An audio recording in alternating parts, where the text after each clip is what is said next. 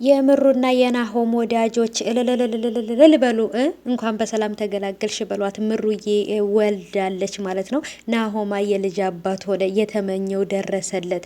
ምሩዬም እንግዲህ በሰላም ተገላግላለች፣ የልጅ እናት ሆናለች። እልልልልልል ቢጋንዴ ብለቴ ጠየቀው መልስ ሳይሰጠኝ ይሮጣልና ከተከፈተው ቤቴ ገባና እደጅ አስቀረኝ በሩን ዘጋና ይባው ደነበረ ወደ ሱሲ መጣ ሚሊዮን አትሉትም። ሰኒ ለማምለጥ በሞከረችበት ሰዓት ላይ ተይዛለች። እስዊትም ደግሞ ኪራን ሲያየው ጭራሽ እንደውም አራስ ነብር አድርጎታል። ኪራም ያ ነገር አስደንግጦታል። ቤት ውስጥ ነፍሰ ገዳይ የሚመስል ሰው እንግዲህ ከቤት ውስጥ ሲያገኝ ምን ሊሰማው እንደሚችል አስቡ። በዛ ላይ በቃ ይሄም ሲመጣ ወንድም ነው፣ ይችም ስትመጣ እህት ናት እየተባለ ኪራ የትኛው ዓለም ውስጥ ነው ያለሁት፣ ምን አይነት ቤተሰብ ውስጥ ነው ያደኩት እያለ ለራሱ ጥያቄ ተፈጥሮበታል። አባቱ በተለይ ይመቻቸው፣ እውነት አቶ ተስፋዬ ይመቻቸው እንዴ በየቦታው ጠብጥበው ይል እንዲሄ ልጅ ማለት ነው። ዘና ባረጉት እኮ። ሰላም ውድ የተከበራችሁ የቻናል ተከታታዮች እንዴት ናችሁ? ከኔ ጋር ሁሉ ሰላም ነው። ሰላማችሁ ይብዛልኝ ባላችሁበት ውድ ቤተሰቦቼ። ለቻናል አዲስ ከሆናችሁ ሰብስክራይብ አድርጋችሁ ቤተሰብ ሁኑ። ነባሮች እንኳን በሰላም መጣችሁ ብያለሁ ውዶቼ። ተወዳጅ የጽናት ድራማ ትናንት ተለቋል እና ብዙዎቻቸውን ኮሜንታችሁ እንዴ እነዚህ ልጆች መቼ ነው የሚጋቡት? እንዴ ሽማግሌውም እስከ ዛሬ ድረስ አልተላከም እንዴ? አረተው እንግባባ፣ አረተው ደግሞ አሁንስ ጭራሽ ባሰባችሁ እያላችሁ ኮሜንታት በጣም ነው በዘና ያደረጋችሁ። እውነት አመሰግናችኋለሁ። ምክንያቱም ኮሜንታችሁ ፈታ ዘና ስለሚያደርግ በእናንተ ኮሜንት ነው በቃ ጭንቀትም ውስጥ ከሆንኩ ጭንቀቴን የምረሳው፣ በቃ ድብር ብሎኝም አዝኝም ከሆነም በቃ በእናንተ ኮሜንት ነው የምደሰተው። የእውነት እናንተ ኑሩልኝ ኮሜንታተሮች ማለት ነው። እና ኮሜንታችሁ በቃ የሆነ በቃ ሰውን የሚያስከፋም አይደለም፣ በቃ ዘና ፈታ የሚያደርግ ኮሜንት ነው እና ይመቻችሁ ማለት ነው።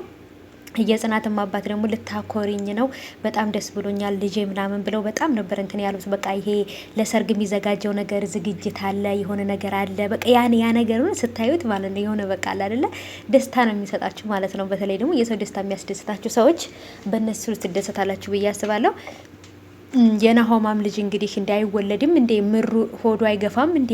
ምንድን ነው ያረገዘችው እኮ በቃ ማለት ምግብ ነው እንዴ? ልጅ አይደለም እንዴ? ልጅ ከሆነ ለምን ሆዱ አይገፋም እያላችሁ ነው እናንተ። ግን እኔ እኮ ግራሚ ገባኝ። የምሩን ሆድ ነው እንዴ የምትከታተሉት እናንተ? እንዴ ምሩ ለምን ሆዷ የማያድገው? እርጉዝ እኮ አትመስል ምናምን እያላችሁ ነው ማለት ነው። ወልዳ ነው ወለደች። ዋው ሳናቀው እኛ ወለደችው ማለት ነው። ሰምታችኋል? ወልዳ ነው። እና ስለዚህ ውዶቼ ትወልዳለች። የምሩምና የናሆምዬም ልጅ እንግዲህ በቅርብ ቀን ዱብ ይደረጋል። በዛውም ደግሞ አከታትለው ደግሞ እንግዲህ ጽናትና ኪራ ክርስትና ያነሳሉ። ከዛም በኋላ ደግሞ እነሱ መልሰው ደግሞ ይወልዳሉ። እነዚህኞቹ ደግሞ ክርስትና ያነሳሉ ማለት ነው። እዛው መዛመር ታውቃላችሁ አይደለም? መጠላለፍ እንደ ሀረግ ማለት ነው። እንደ አረግ መጠላለፍ ነው የነሱ ህይወትና ብቻ ጨበር እያደረገችው ነገር ሁላችሁንም በጣም አስደንግጧችኋል።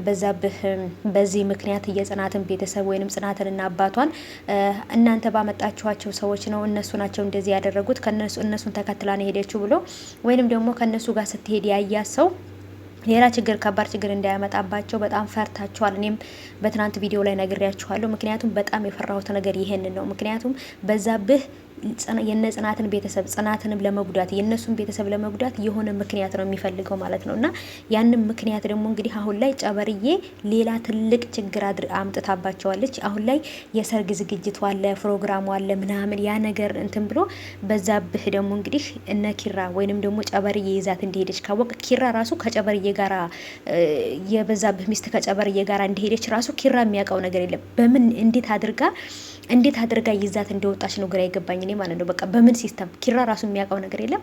እንደውም አሁን ሳስባት እንደውም የነ ኪራ ቤት ውስጥ ያለች ራሱ ይመስለኛል፣ እሷ ብርቄ ማለት ነው እዛ ቤት ውስጥ ያለች ነው የሚመስለኝ። ግን በዛ ይሄን ነገር ቢያውቅ የጽናትን አባትና ጽናትን ከባድ ችግር ያመጣባቸዋል ብዬ ነው ያሰብኩት ማለት ነው። ይሄ ነገር እንግዲህ ምን እንደሚፈጠር መጨረሻው ምን እንደሆነ አላውቅም። አሁንም ይሄ ሰርግ ደግሞ በዚህ ምክንያት ጽናት ታግታ ወይንም ደግሞ የሆነ ነገር ተደርጎ ደግሞ ይሄ ሰርግ እንዳይቀር ነው የፈራሁት። የጽናትና የኪራ ሰርጋቸው ሲታሰብ የሆነ የሚመጣ ነገር አለ በመሀልና አሁን ላይ እንግዲህ ሰርጉ፣ ዝግጅቱ፣ ፕሮግራሙ፣ ልብሱ፣ ቬሎ ምናምን በቃ ያለ ነገር እነዚህ ነው ዝግጅት ያለው አሁን ላይ እና በመሀል ግን ደግሞ በበዛብህ ባለቤት የተነሳ እነ ጽናት ላይ የሆነ ችግር ይመጣል ብዬ ፈርቻለሁ።